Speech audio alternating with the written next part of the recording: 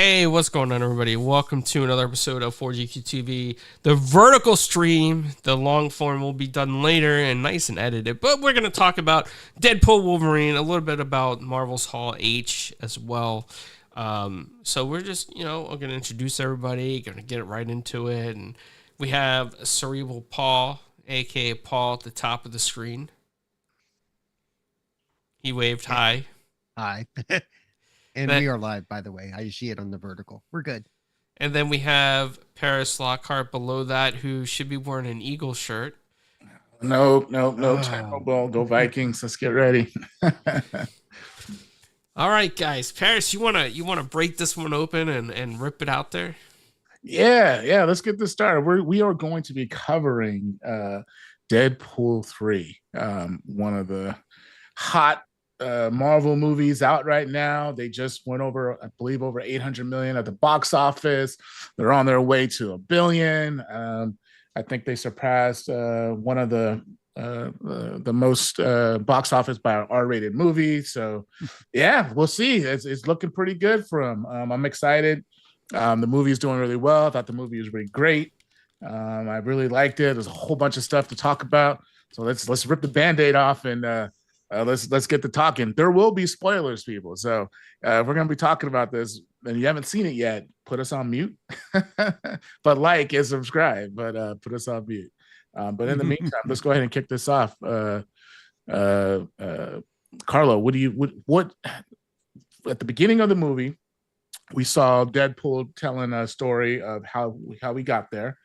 What did you think about just the initial sort of him searching for another Deadpool because of all the stuff that was going on in his life? He could not he couldn't join the Avengers. He was all sad. He was going through a rough patch. He was finding no meaning or no purpose in his life. And I was like, oh, that's pretty sad. Poor Deadpool. What did you think about that? Well, I thought the opening was pretty.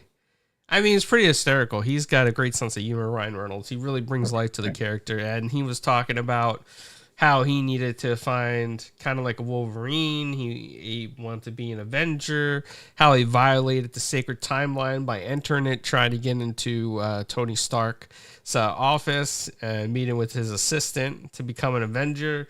There was a lot there. There was so many Easter eggs just in that opening scene. Adamantium skeleton that he pulls from the ground. I mean, and then, it just busts out into this massive fight scene with the TVA. So, I mean, it's just classic Deadpool. That's what he's meant for. Right. Paul, how are you feeling? To be honest, and I forgot to tell you guys just before we started, I missed like the first 5 to 10 minutes of the movie because theater full. We went to one of the 3D showings. Yeah. And they didn't have the filter set correctly, so it wasn't working. So oh no. It's me, my roommate, and one other person in the theater. It was a Friday afternoon, like 2:00 showing. So it was up to me to roll out to find somebody who could check this out. And then by the time they got back doing, okay, we corrected it. And I got back in there. So okay. By the time I got in there, because when I left, he was at the grave site, he started at the grave site and stuff. And then when I got back, we were way past that. Yeah. Okay. Well, that had to suck. You don't get the 3D. You don't get. It's all blurry and everything. They were like, and it's not like old school 3D. It is, but it is layered. Layered images, so you can't watch it like that. I would have left with a really bad headache. Awesome. Well, I'm glad they got you fixed up over there and you're able to catch up to the movie. Yeah. So just really quick, when he was searching for Wolverine, he found the grave and he was pretty upset because Wolverine was dead. And he thought that maybe he could bring him back or somehow, but he thought it was all over. One of the things also, like when he was on that tour trying to find all the Wolverines, he found a whole bunch of different ones before he found the one that he actually wanted. That I did see. I did see those jumps. Yeah. Okay. So how did you like those? And then they brought out the miniature one. I thought those were hilarious, especially the the true to size scale from the comic books. Wolverine jumping off of the bar stool. Yeah, they all beat him up. They all beat up Deadpool. Yeah. And it's cool that that same bar scene is the same. We always see Wolverine sitting at that bar. It's Yeah, like in all the universes that bar is there. yeah. So, Wait, so is that bar like an anchor? The anchor bar. The anchor bar. yeah. Something's the anchor around here. Like they say, Wolverine's the anchor character, but there's going to be a bunch of different people who are assuming a lot of different characters are the anchor characters. So a lot of Marvel fans are having fun with it too. So yeah. Awesome. All right, so the TVA fight, they get through that. He ends up going with them, and he brings the Wolverine, and they're on a mission to do some things, and they both get pruned. And when they got pruned, before we go, let me just say that the TVA fights at the beginning of there are a whole lot of crotch shots in this movie. A whole lot of shots to the crotch, man. Like, I mean, they weren't pulling any punches, literally. I mean, no holds barred. He was using the antimonium skeleton as as weapons, and boy, he was laying head to bed on the TVA there. Yeah. Yeah. So okay, they get they're in the they get pruned. They're in the what's the word of the where you get pruned at? What is that? Death Valley? I don't know what the official name is. The pruned area where they send you to die and get eaten by the creature forever, right? Elias. So, I forget the term for it too, but I mean we just stick to pruned. Yeah. the prune land, right? You get pruned. They're out there. And that's when we get a nice fight scene between those two. So what do you guys all think about their first fight? That was the first real fight that they had, right? With us, what do you guys think about that fight scene? I thought it was pretty good. I thought it was funny because the whole time was like, oh yeah, we can save your people, Logan. We can save your people. You got to help me, and then we could save your people. And then as he gets to the TVA, Logan kind of realizes, wait a minute. So you're just taking a guess? You don't know if this is gonna work? Yeah. And he's like educated. It's an educated guess. Educated guess. Yeah. And then they get pruned into like the trash dump of what's left of 20th Century Fox over there in the Waste Valley. And they start fighting because Logan's upset about this, and you just see that they both got this regenerative health ability, so they're just tearing at each other. Oh, it's just like class. It's what I mean. Marvel did it great. Like they allowed the violence and necessary stuff for Deadpool and Wolverine in this. Right. Yeah. They did not hold back on this, and they were yeah. What do you think, Paul? The fight scenes, all of them, but this one is a lot of fun because you're right. They both can regenerate about that at the same rate. So no matter what they did to each other, any breathing time is going to give them time to regenerate and then come back. So basically they could fight on forever, literally. Right. I mean, well, you already know that Deadpool could survive without his body. He could survive with just his head. So. Yeah.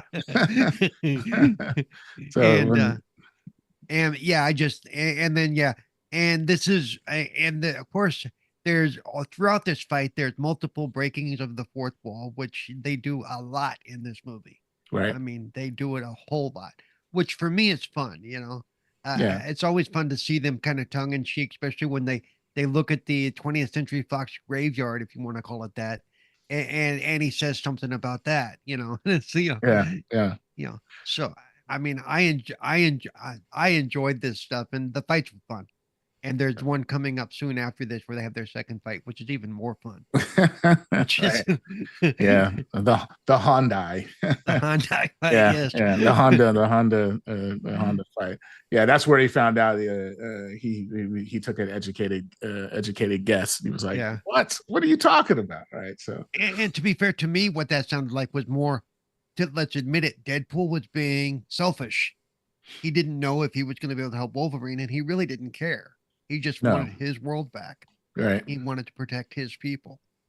Yeah, and he just took one of those guesses where basically, if we could save my world, your world's Yeah. already doom and gloom. So Yeah. you know, And basically telling Logan what he thinks Logan wants to hear right? to get him to go along. Basically, yeah. Yeah, it was good. It was good. Yeah, You notice there's a plot twist there, right? Because right. it's the Earth 10,005 universe, which is the Fox Marvel Yeah. universe. So Logan, the X-Men are definitely important characters in that universe. So if they were missing their Logan anyway, that's why it would make sense that Wolverine would be the anchor being in that universe. Yeah. Well, they took him from the other universe into this one. So Right. And because yeah. wasn't they and because his universe was all of his friends were dead. Right. He had messed up and they were all gone.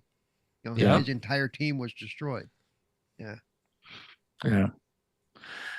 Yeah. So now they got a Wolverine back, which this movie can potentially connect to the rest of the X-Men and the at the end of the Marvels, and when Photon got sucked through that galaxy. Well, I don't even know what to call it. It's some sort of shift and a ripple in the galaxy. And she went to another timeline. So, and woke up and you saw Beast and all that. So yeah, hopefully we can connect that all together and we have that nice X-Men universe and with Deadpool and all that stuff. So it would be pretty cool to see that. And then he becomes an X-Men. He gets his team, right? That's what I would like to see there. But yeah, let's continue on in the movie. So they fight, they get pruned, they're doing their thing. They run into Johnny Storm, which played by Chris Evans, which everybody at first was like, Cap. At least in the theater, people were screaming, Cap's back, right? So little did they know it wasn't Cap. So that was a good shift there. I was like, what is Cap? What did Cap do to get put into this and to get pruned? What did he do on the timeline? So yeah, it was cool to see him come back and play Johnny Storm and all that stuff. It was great the way that they brought him, introduced his character to this. Unfortunately, he got fish fried, but yeah. but it was good on how it all happened. So well, if he would have taken less from the budget, I think he'd still be there. That's all I'm going to say. Yeah. So what do you guys think about the villain? So we got introduced to Charles Xavier's sister. What y'all think about her? Carlo, what'd you think about her? She's ruthless. They picked the perfect actress for her role. She did it great. Cassandra Nova is just a ruthless, psychotic psychopath and just hell-bent on destroying people, just using people. She doesn't even care. She just uses everybody that's in her path because she has the power to, and she really likes to put her fingers through people's heads, too. Yeah. Which was really freaky. It's just freaky to watch that. And as Deadpool said, she really he usually doesn't mind being fingered. His words, yeah. Well, yeah, she was definitely hands-on approach. Yeah. She couldn't read minds the other way like Charles can by just using a telepath. She has to actually get up close to you. So and those effects were freaky to watch. They really were. I mean, just through the eyeballs and stuff. It's just there were a couple of times I was like, ew. Yeah. He was in Wolverine's head and he was like, get out of my head. Yeah. Yeah. Well, I like how they set her up when they got to that fight scene, when they set her up and were able to get Juggernaut's helmet on her head. So that was pretty cool. Yeah. So let's see here. We get introduced to Elektra. We get introduced to Gambit and we get introduced to Blade. What did y'all think about those scenes when those came up? The only Blade, at least that he knows. Yeah. I thought that was cool to see that they were bringing in some of those other characters, and especially it was really nice to see Blade back. Okay, we have Blade again. So yeah. So Blade's back. Yeah, it was good. It was good to see those. Carlo, what did you think about those guys? Their scenes and how they were introduced in their little hideout. I thought it was cool to see Blade and how he made the reference, because all the Marvel fans really want him as Blade, right? And he's like, I'm the only one, like that was cool to see that. I'm gonna be honest here, and I might be the odd one out, but I'm not a fan of Channing Tatum as Gambit. I just do not think he does a great Gambit. I mean, the voice is great, but he doesn't fit the character to me, But that's just me. I'm being picky. But everybody else I thought everybody else was great. Yeah. Well, you heard Deadpool talking about his accent. Yeah. Yeah. I don't know if you guys noticed or realized it, but everybody that the three of us talked about after watching the trailer wanting to see something on, I saw Gambit. He saw Carlos saw the person he wanted to see. You saw Blade. These are all characters that we said we'd be interested in seeing more of. Mm-hmm. Yeah. And they were all there. X-23 was back too, so it was good to see her show up in this too. So she was sort of the driving force around the plan and getting everything set up. So and talking some sense into Wolverine. Yeah. Because he, that Wolverine, he regrets a whole bunch of stuff. So it was good to see. Yeah, he was angry. That's angry Wolverine, and he was mad at himself more than anything else. Right. Yeah. How he let everybody else down. So seeing him come in and do all the things that he needed to do, and as they went to that plan, was pretty cool. He sacrificed himself to ensure that everyone was safe. So that was good. He got his little redemption arc, which was cool. What else was there? Let's talk about the after they got the first time they got captured, they escaped on the Sentinel Lake, and then they crashed. And then they find another Deadpool that looks like Van Wilder. Yeah. He had the locks and no helmet. He was like, helmet, mask, no. And we get the little doggies, get the puppy. And he gives him a Honda Odyssey, which for some reason Deadpool is still mad about because he couldn't sell him when he was a car salesman. So it was so funny how they tie back to that. What did Wolverine say he took? He took a not an educated guess, but what did he say? It was some sort of guess. I can't remember the exact words, but the guess that he took on trying to tell Wolverine why they were here, and he was like, "What?" I thought it was pretty much he did use the term "educated guess." I thought at one point. Yeah. Okay. Yeah, because they fought in the Honda Odyssey. Now that fight scene right there in that car, that was probably one of the best car fight scenes that I've ever seen. I don't know. What do y'all think? Out of all movies, inside the car, what do you guys think? I don't know how I also found it interesting that because they would have had to got permission kind of from Honda to basically, we're going to destroy this car. We're going to, this car is going to be tore apart by the time we're done with it. Right. But I thought it was fun. Yeah. Basically you have two guys in tight spaces that are taking shots at each other, with Adam, with the claws and the sword. Right. I thought it was a lot of fun. And and like I said, with the first fight, they could go on forever. You don't know how it's going to stop, what's going to be said or done or whatever. So I thought it was a lot of fun. I was actually surprised that they did that. I thought they would get out of the car before they would do that, but nope. They just wow. Carla, what about you? I thought it was great because they really for such a big fight scene, they made it last in this car that would be small compared to their powers. Their powers outpower that car. And you would think that it gets smashed to oblivion, but they did it in such a cinematic way that the car slowly got torn apart. And they were beating each other up, putting seatbelts, wrapping each other up, covering each other's mouths. And then they just finally got exhausted and must have fell asleep at some point, Yeah, they were diving in and out of the back of the window and all sorts of stuff. Yeah. And I also want to say that the Deadpool we got introduced to, the Van Wilder Deadpool, Right. And what an annoying personality that is. It's like, oh my God, I want to slap you. Okay. Yeah, And it we was got cool to see. introduced to the ugliest dog in the universe. Yeah, yeah. And Ryan Reynolds said the doggy had the dog's tongue is an acquired taste. So, Yeah. so I bet. Yeah, it's pretty funny how that doggy was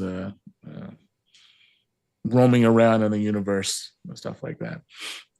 Yeah, so they get back, and then they come up with a plan, and they go and stop her, and they end up getting to to Earth, but back on Earth, and she's about to destroy destroy that galaxy or that universe.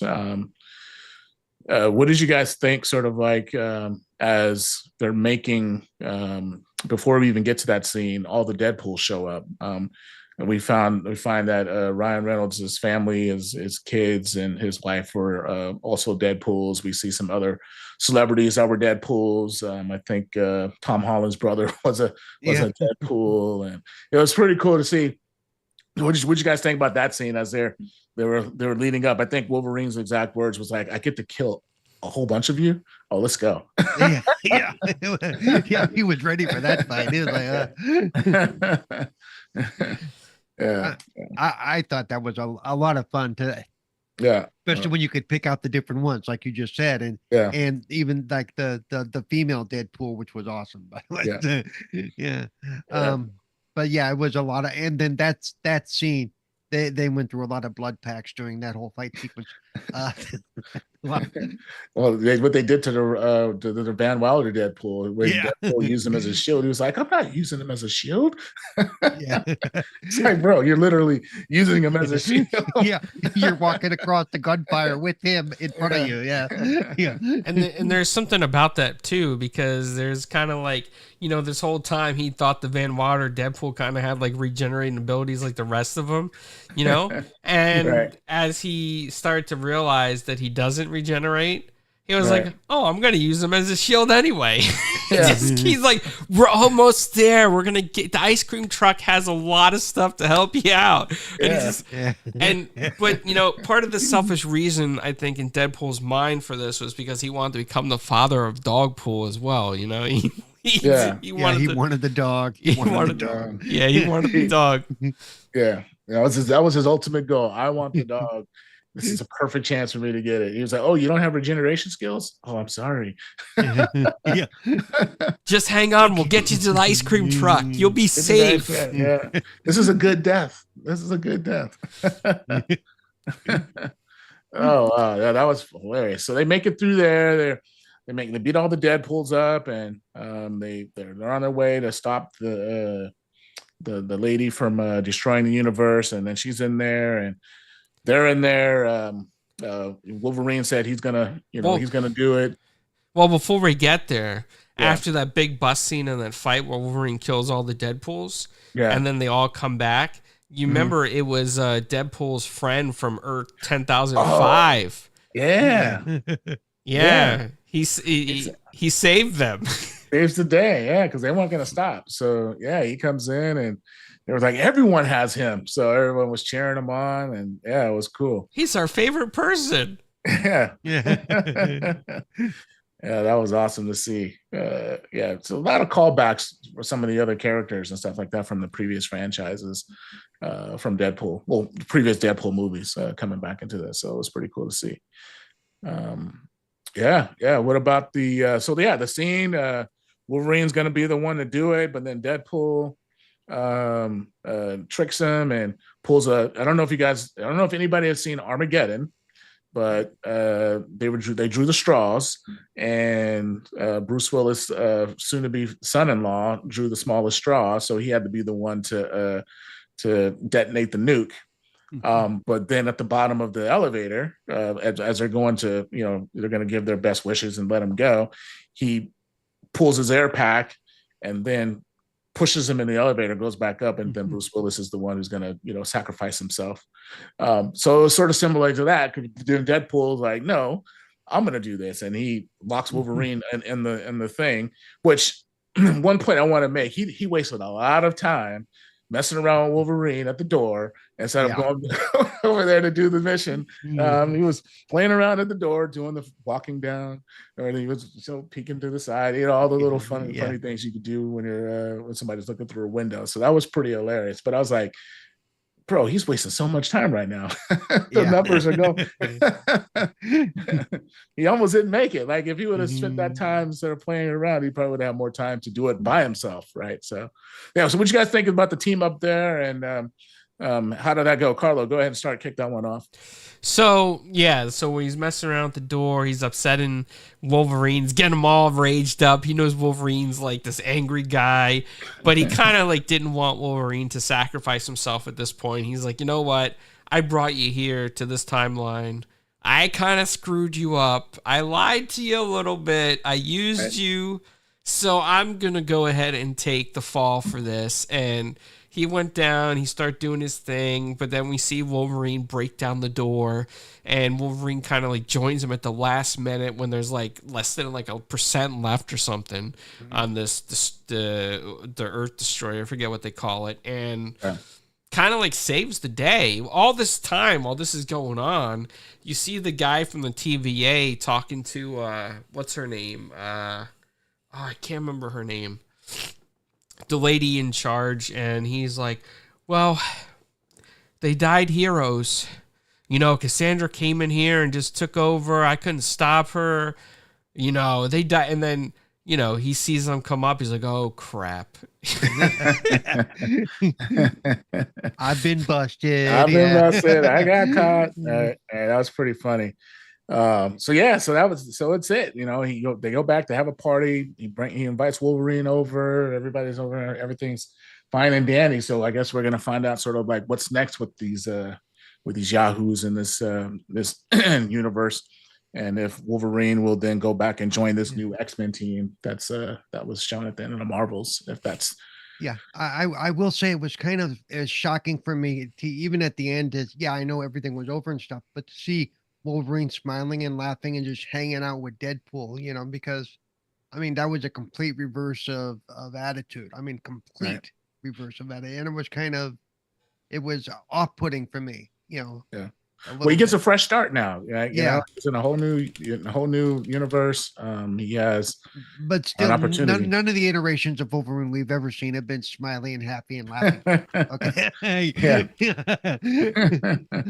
Yeah. So it's gonna be interesting. Like once we get this sort of new connection with all the other heroes and stuff that are part of the X-Men. So and let's talk about that rug that Brian wore at the beginning of the movie when he had the hairpiece stapled onto his head. The hairpiece. That was classic. Yeah. And the fact that part of it was still kind of tucked out of his head throughout the entire movie. In fact, they mentioned it. That he's got the staples are still there. He's like, no one knows. No, everyone knows. Everyone knows. Nice. Yeah. So where were we at? So we're the movie's almost over. Now we can get into some of our conspiracy theories and like what's next and stuff like that for this. One of the things that I don't know if you guys remember on Loki, when he was having that conversation with Kang, and Kang was like, as the person that controls the timelines, I can manipulate things and make sure that certain people are where they need to be at the right time. I don't change much, but I just give them a nudge. Yeah. So do you think Loki, this is my conspiracy theory, do you think he, because he knows all things, right? Do you think he nudged this Wolverine for this timeline for Deadpool to find him and help in this scenario? Because this Wolverine gets a redemption story. He gets to come back. He's happy now. Or the Wolverine's an anchor character in the universes. So, like, you think Loki had anything to do with this? Huh? What you guys think? I could see that. I was kind of surprised that we didn't see any of Loki, given where we spent the core story of the movie was about that whole area. And that I was surprised that Loki didn't pop in there, even if just for a second, to grab a donut or whatever, which would have Yeah. been great, by the way. But yeah, I could see that because everything had to work together just perfectly for this to all go down, you know. Right. And I don't think there's any way anybody up there or wherever it's supposed to be could have gotten away with what the bad guy up there was trying to get away with, basically taking control of everything. That was Yeah. his main goal. And Yeah. Yeah, they're trying to do and- it behind the TVA's back. I'm like, how does the Right. TVA not know this guy's doing this? yeah. Yeah. Yeah. So, yeah. Carlo, what do you think? What's up? Any conspiracy theories? Are you, well, before we even get there, so if everybody doesn't know, our friend here, Carlo, is a big Juggernaut fan. Yes. And How could he anybody believes that- not know this if they watched any of our stuff? He believes Juggernaut deserves his own solo movie, his own solo show, his own solo whatever, own solo anime, own solo. And should date Psylocke, yes. Yeah, like and should date Psylocke. So Juggernaut should be all things Juggernaut. Carlo thinks. Yes. So, Carlo, how did you feel about what they did to Juggernaut? Okay. You know what? This is the second time they did Juggernaut wrong in the Deadpool movie. They just make him look so dumb and stupid and weak and pathetic. First they'll show you this image of Juggernaut overtowering everybody, right? And then they'll show you this part of taking Juggernaut down and make it like simple. Oh, just slice his ankles. Bye, Juggernaut. You're just going to fall. And then you're going to get his head chopped off at the same time. Like, no, this is not what you do to Juggernaut. Like, Juggernaut's supposed to be one of the most powerful supervillains in the Marvel universe, okay? Apparently, only as long as he can stand up. After that, it's over. Yes! He's supposed to be unstoppable, unbreakable. He's the only person that ever beat the Hulk. One time. But yes, he's the only person. So why? Kevin Feige, if you listen to this, Juggernaut should be your main go-to anchor supervillain. Don't make him a good guy. Stop with the good guy arc. Stop with him helping out the X. Make him a supervillain the way that Stan Lee envisioned him on the cover of that original X-Men cover, his first appearance, where he's just with the Brotherhood of Evil Mutants. That is who Juggernaut is. That's who he's supposed to be. And he should be dating Psylocke as well, because she's a little screwed up. And she was at Cassandra Nova's lair. I don't know if you noticed that. Psylocke she had the whip thing. She was trying to grab one of them down. Yeah. Mm-hmm. So she was there. So maybe Kevin's listening a little bit somewhere along the way. Yeah, but no, stop making him look so weak and pathetic. He's pretty powerful. Like, I think he could give Deadpool and Wolverine a both run for their money. He could take them both on at the same time. Well, if you think about it, he technically could take them both on at the same time, because the only person that can really stop him is the Hulk, of course. And then if he doesn't have his helmet on, you can control him. You can control his mind. So, and that's why he has that helmet. But I think, you know what? If we're talking about Juggernaut, I think a good arc story would be telling his story from. I don't know if it's a TV show on Disney Plus or if it's a movie. Basically the Juggernaut, right? How he became the Juggernaut, how he becomes the Juggernaut. That could be something. I don't know. Fan service would be a bunch of Carlos in the movie theaters watching. It would be the most sold out movie ever. You know what? And even give Juggernaut a Venom arc as well, like a symbiote. To come in and be like, hey, we can help you take on the Hulk. The Venom symbiote for Juggernaut. Yeah, we'll see. I don't know. It'll be good to see sort of like him in the universe, but as a formidable foe, crashing through walls and buildings and just doing all things Juggernaut, unstoppable force. So I would love to see. Didn't they do that in one of the X-Men movies where he was pretty much running through everything and the whole thing is he has to have the space to get started running. That's the thing too. Yeah. I mean, he was great in X-Men 97. I mean, X-Men 92. Sorry, X-Men 97. X-Men 92. He was decent in. Yeah, he was also good in that Black Panther anime that they did when Juggernaut was in that. So that was a pretty good Juggernaut version of him. He was running through Wakanda at full speed, and they're like, "What is that?" Yeah, he's unstoppable. So yeah, yeah. All right, so we have it. If we're gonna rate this movie, what are you guys gonna give it? Paul, let's start with you. What's your rating? Oh, wait, before we start, at the end of the movie, the end credits, we see um Deadpool go back and get the tape to make sure and catch Johnny Storm actually saying those words about the villain. So they actually go back and he gets the tape and he actually proved. So he didn't lie there. He was actually telling the truth. Right. So yeah, because I was like, when did he say that? I was like, he never said that. It was like it must have been off screen or something. But then they would go back and get the tape. So that was pretty cool to see that. Apparently, I think that they're just announced that Chris Evans had to he memorized that whole scene. So there was like no cuts. So he was like consistently saying it right on cue. Like that's pretty tough to do if you think about it. Yeah. All the words that I use, and then to bring that emotion, like you're talking trash about someone without any pauses, right? So that's pretty cool. But yeah, so what did you guys, Paul? What do you think about the movie? What's your rating at the end?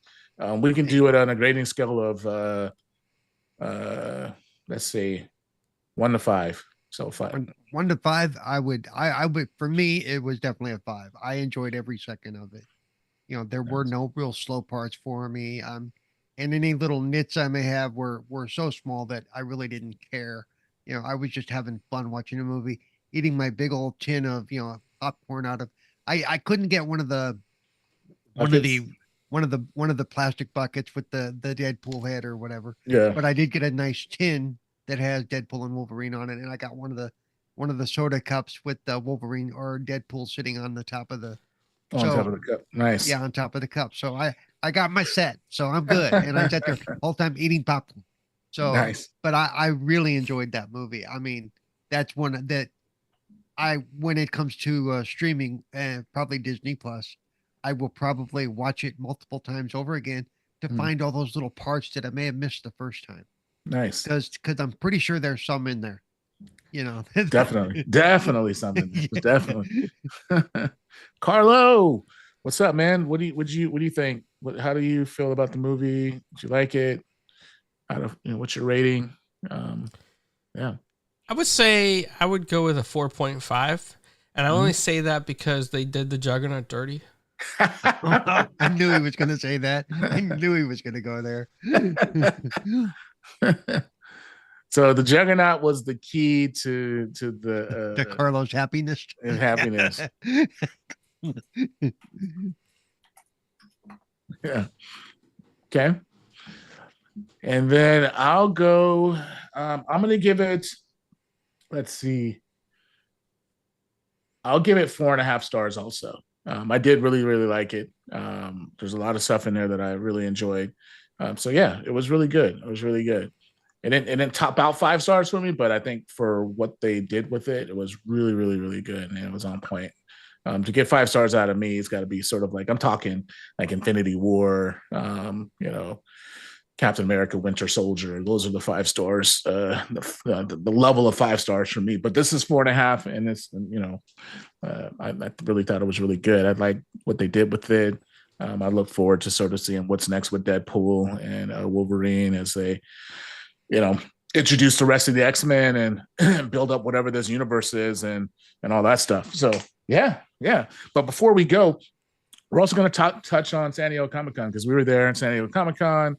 I'm sure a lot of people were talking about Hall H and all the stuff that happened in that venue.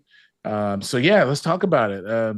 Robert Downey Jr. is back as Dr. Doom. So like, Paul, how do you feel? Like, are you excited about that, or were you surprised? Like when they announced it? So how do you feel like Robert Downey Jr. showing up as Dr. Doom, and then they break on Avengers Doomsday? So how do you feel about that?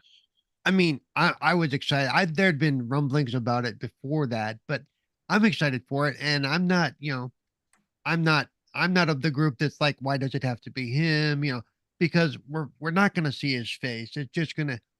All I hope is that it's not basically Robert Downey Jr. playing Iron Man in a Doctor Doom costume. I Right. hope that he changes up the attitude just a little bit. I know Doctor Doom's supposed to be arrogant and cocky, much like Tony our Stark. buddy, Yeah. our Yeah. Tony Stark.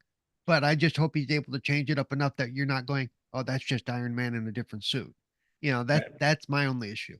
You know, Right. but I'm looking forward to it. I think it's a good call. But people are gonna have to separate the two characters, same actor but two different characters. Mhm. So so I'm looking forward to it. It should be good. Nice. Nice. Carlo, how about you? Doctor Doom, our man, Tony Stark. Well, no, not Tony Stark, but Robert Downey Jr. is playing Victor Von Doom now. So, yeah. I think that is an interesting choice. I think they needed to do it. I think that I just want to go into a little conspiracy theory here why they did it. I think because they know that the Fantastic Four is a hit or miss series and they're trying to reboot it. It had some turmoil, some controversy, and they want to bring it back like a really hardcore entrance into MCU. So the way to do that is take a character that everybody loved, Tony Stark, aka Iron Man, Robert Downey Jr., and put him into the role of one of the biggest villains in the Fantastic Four universe, or at least make it seem that way, because we really don't know yet. So they throw him there on Marvel's Hall H, put him out there on the show floor, and it just creates all this discussion and all this fan discussion and fandom. Now people are interested in the Fantastic Four, and that's how you do it. So they used Iron Man to get people to want to see. And I don't know that it's so much Iron Man. It's a name draw. You have Robert Downey Jr. back in the universe, and people are going to go see the movie just for that. Right. And I think, for me, sticking with the conspiracy theory, I don't know what that says about the strength of the movie itself. That you feel like you need to do what would be considered, trick casting. Basically, you're casting somebody as a draw. And I hope that's not the case, but I mean, they're paying a lot of money for him to come back and do this. I mean, they're paying him a lot of money. I think it was reported $80 million for him to do this bit. Yes. That's and so that kind of in the back of my head, it makes me a little bit worried about the storyline in the movie itself. Yeah. That they're having to do this this creative casting thing when there's so many other people that probably could have done this part too. I saw a thing on I think it was in fact in your Facebook group. Somebody mentioned Cillian Murphy, whatever his name is, could have done a good job. He would actually be a decent Doctor Doom as well. So it's going to be interesting. So that's well, you hit my fear right on the head. Is that I have this image of Fantastic Four not being the greatest superhero team. I'm not a huge fan of Fantastic Four. I used to be in the comic books, but then it died off for me. And I feel like the movies made me like them even less. So a name draw like Robert Downey Jr. is going to get someone like me to watch the movie regardless, because I think he did a great job as Iron Man. So I think he's going to do a great job as Dr. Doom. But at the same time, I want to get your opinions on this, both you, Paris and Paul, is that what if he's not the main Doctor Doom? What if he's just a crony? What if he's a timeline variant? What if he's a revised character or a face stolen by Doctor Doom to trick everybody else in the Marvel Universe into going with Doctor Doom's plan? Yeah, that's an interesting call out. They do have a few opportunities to change up sort of like in how they introduce the character. Like they could say basically, hey, Tony Stark is now Doctor Doom, right? But basically it's Victor Von Doom who took over his mind or something like that. They can do that, or they can just say, hey, you know what, this is just a variant and this is what Victor Von Doom looks like, right? In this whatever universe that they're going to be in. One of the things also is that the Fantastic Four movie is going to be based in the 60s. So I don't know if people had a chance to see Hall H and see the videos, but you saw their spaceship flying around. It looked like a old 1960s like buggy from the Jetsons. One of those sort of things.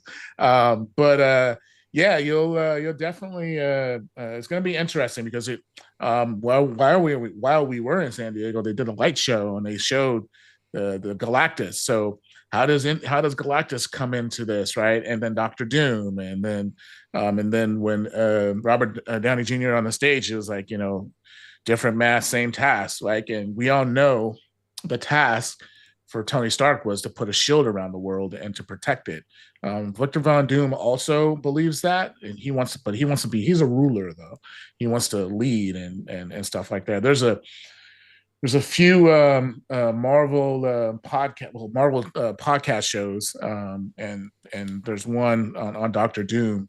There's a continuing Marvel's Wastelanders, and there's one with Doctor Doom in it, and go check that out. It's like Old Man Star-Lord, Old Man Logan, Old Man Hawkeye, Black Widow. So they're all older, and they tell this story, and they end up with Doctor Doom and his Doom bots and all that other stuff. So it's pretty cool on Wastelanders. You can listen to that on Spotify, Apple Music, all that stuff. So it's pretty. Go listen to all those stories and how they all tie together. It's like this pretty cool thing. So if they're gonna pull anything, they could probably use some of that stuff. And pull it into the movie, because I think a lot of people probably have not listened to those, and if they haven't, they should definitely go check them out. They're really cool stories. I mean, there's no visuals; it's just listening on audio, and they do a wonderful job. It's like an audiobook sort of thing. So, but yeah, I think the way that they introduced him is definitely because Kang. They had to figure out what they're going to do with that. So they had to go big. I think this is what the deal was. It's like, hey, if we're going to do this, we got to go big.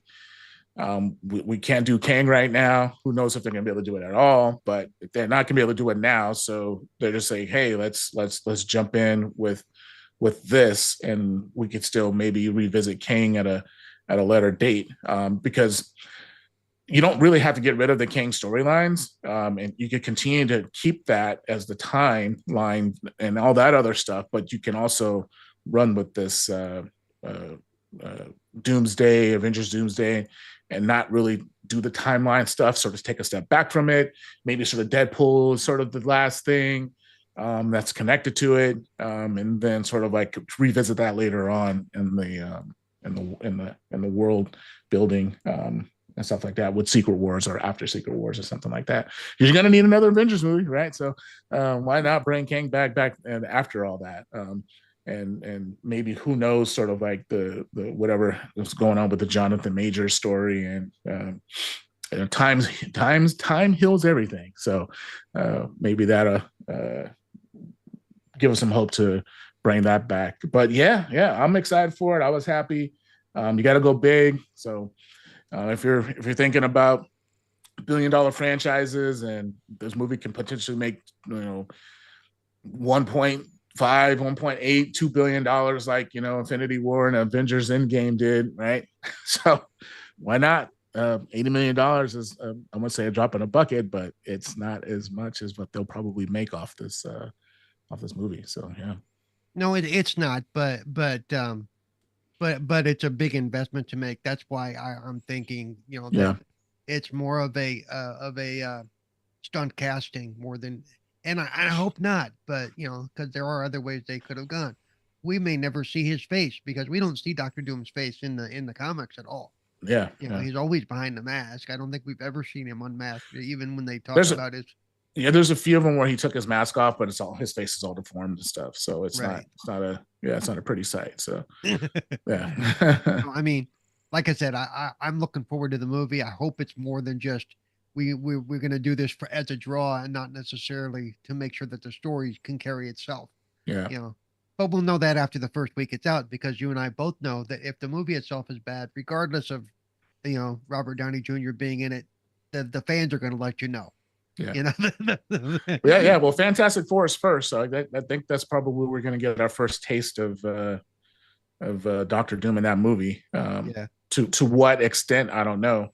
So I mean, the Fantastic Four name itself has enough drama, has a lot of drama around it already anyway, because we saw a version of of the leader of the Fantastic Four as what's his name, John, what's his name, that everybody was like, oh, that's a good Reed Richards or whatever. Okay, oh, well, okay, that's not yeah. the one we're using. Yeah, yeah, Okay, great. yeah, multiverse of madness, right? Yeah, Yeah. that's the one that everybody really wanted. And he was in that movie. He got turned into spaghetti by by, Yeah. Scarlet Witch. But yeah, so it's an So I interesting mean, choice, new yeah. choice, new movie. So yeah, Like I said, the hope, I'm hoping the movie can carry itself. I'm hoping the actors that they've chosen can carry their parts. You yeah, know, yeah. so we will find out. We will find out. Yeah. Yeah, what's next? So we got Captain America is next. Well, actually, you know what? I was going to say Agatha's next. Agatha is on next on Disney Plus, so we'll have to go check that out. And it looks pretty good. Her curse has been lifted. So we'll sort of see sort of like what happens with Scarlet Witch in that, and then how's this new covenant gonna tie into things, and where does her story go when it comes to the overall universe. So yeah, I mean, the biggest question mark that we have now. So now that we've solved the big hand, the big alien in the middle of the earth, because that's for Red Hulk and all that stuff for Captain America. Now there's one final thing we need to find. Well, actually, there's two. One is where's Vision, right? Where's Vision, and then where do the Eternals go? At the end of the movie, right? They at the end of their movie. So those are the only two remaining things I have questions on. Now, Vision for me is the more important one because he vanished and just flew off. So he doesn't have any Infinity Stones anymore. So like, what's his deal? Is he just roaming around the Earth? Or did he leave? Yep. What's going on? And those are things that they could mention in passing in one of the other movies. We may never really see another movie or show around any of that, right. But it'll be a throwaway little scene in some of the other movies. Yeah. Oh yeah, here's what happened to him. Okay, great. Okay. All right. Now we know. Yeah. Yeah. We need some more Vision. We need him back. Somewhere. Vision is cool. Yeah, we really do. But yeah. Well, there's a whole collection of Infinity Stones up there. We use them as paperweights. Paperweights, right? Yeah, there's a whole bunch of stones. Yeah. But are they done with the stones though? That's the other question. Like, are they done with the stones? Like, are the stones are still in the universe? So are they done with them? And they still have the same powers. So yep. Did Doctor Strange get the time stone back? I think he did, right? I thought so, yeah. Yeah. So okay. Well, there's a whole lot of other universes out there. Yeah. With a whole lot of Infinity Stones. So yeah. I think going forward, kind of like everything that at Hall H was a good setup for Fantastic Four. I think it's got fans excited.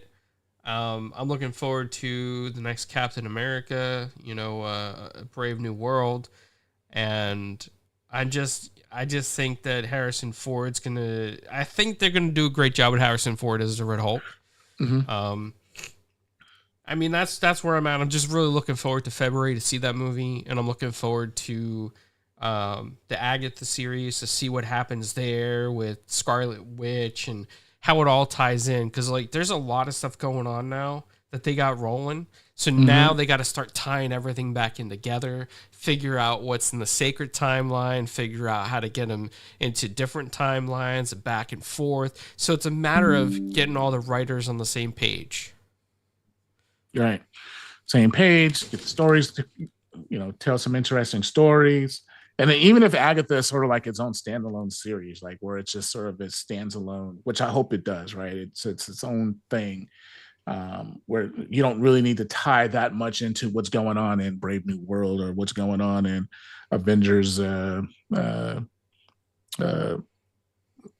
Doomsday or Avengers Secret Wars, right? I mean, technically, I think they probably don't need to do that as much as they would have needed to do it for some of their other series. But for this one, I look forward to it. So yeah. I will say that was interestingly, I've seen one complaint about the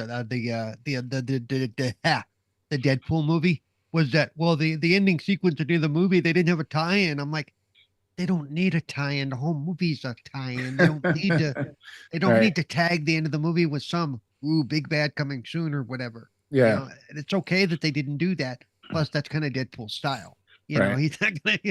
Well, they also didn't do the, sometimes at the end of the movies they'll say like Iron Man will return or Thor will Right. return in Avengers or whatever. Yep. They didn't do that for this Deadpool movie. There was no Wolverine returns. There was no Deadpool returns or anything, which I'm okay with. I don't think everything needs to have this tight little bow around it to show you, Right. like, James Bond will return in blah, blah, blah, that they used to do at the end of all the James Bond movies, Yeah. Yeah. I think there was a little of a tie-in though with Thor and Deadpool. Oh yeah. Yeah. Yeah. We don't know where that's going to end up. Yeah. He's like, why was Thor crying? Yeah. It probably because he had to watch Love and Thunder. Oh. Oh. Oh wow, Paul. Oh my gosh. I mean, you can give Love and Thunder some criticism, but yeah. No, it's gonna be cool. I like how they did that. Like, why was Thor crying? Like, why is he holding Deadpool crying? Right? That's the So hopefully we get that scene in whatever Avengers movie we come to see. So I look forward to all that stuff. I love it. I love the sort of the direction they're going. I cannot wait. Big Marvel fan. So yeah. What's next? I think we're good. Yeah, I think that's it. I think we covered everything. I covered everything. Go see Deadpool 3. It's in movies now. They're on their way to $1 billion. I need to go watch it again in IMAX. So that's the next thing I'm going to do. And then hopefully if you see it in 3D, yours works from the start. So, Yeah. Yeah, I got normally when I go see Marvel movies when they're really good, I see them I see them just normal, and I see it in IMAX, and then I'll see it in 3D. So I'm on my IMAX tour now, so I'll go watch it in IMAX. I saw somebody post earlier today; they've seen it 5 times already. Yeah, a lot of people like it. It's definitely worth second and third showing in the theater. So yeah. It's probably a good thing that I don't live, within scooter distance of any given theater, because I'd be like, right. I'd have the frequent flyer card get punched a lot. There you go. Yeah, I'm definitely gonna see it again as well with the wife. So I think it's fantastic. I just want to say before we get out of here is that I think this is kind of like what Marvel needed to get the good feels rolling again at the studios, to say, hey, we can make something that consumers and people want to see and fans want to see. And I think sometimes it's okay not to play it 100% safe and try to go by these PG-13 guidelines. Sometimes you just have to go outside the box, and Deadpool's a perfect character to break that fourth wall and break that kind of, level down. And I hope that Marvel sees this as an opportunity that it's okay to be a little bit more adult-like with some stuff and take risks, because this is what people want to see right now to escape the reality of everything going on, and it brings you to immersed into the comic world, and it's a great time overall for everybody. Right. Yep. And as those of us who read comics know, a lot of the stories in the comic books are darker. They're not PG-13. They're, some serious stuff going on in the comics. Yeah. They do use the comics to tell real stories, So I personally, I'd be a big fan of that. Stop trying to nail it down to everybody's got to be golly gee whiz, no, let's not do that anymore. Let's tell good stories. And I really do hope, yes, this is doing good. This is doing great, pushing $1 billion. But how much of that is just because it's Deadpool and it's Ryan Reynolds doing his thing? Hopefully they can keep this going and keep the next movies that are coming out are going to be as good in a different way, because they're not all going to have that sense of humor like this does. we've seen with some of the other characters, that goofy sense of humor thing just doesn't work. You know, So what the you're saying? characters, you let the characters be true to themselves, to how they're made. Don't try to force this formula on the Fantastic Four. Don't try to force this formula on the X-Men. You know, So what because go ahead. what you're saying is Ryan Reynolds should be Doctor Doom. That's right. You know, and any humor that's in the movies should fit naturally in the movies. You know, Right. All right, everyone. Well, thank you for watching. Stay tuned later for the 9:00 show, which is Majestic Mayhem. And see you guys later. Yeah. Hey, but just really quick before we roll, this was the highest grossing Deadpool movie so far. So they've all capped out at 700, except for this one's 800. So it's going to make $1 billion. So yay. and actually, before we leave, we're going to give a little cap here to Paris's little group on Facebook, the Marvel Cinematic Universe group, the largest Marvel Cinematic Universe group on Facebook. If you're not already a member, join up and you can follow and see what they have to say about this and other topics that are in the Marvel Universe. There you go. There it is. Thought I'd plug that in for you.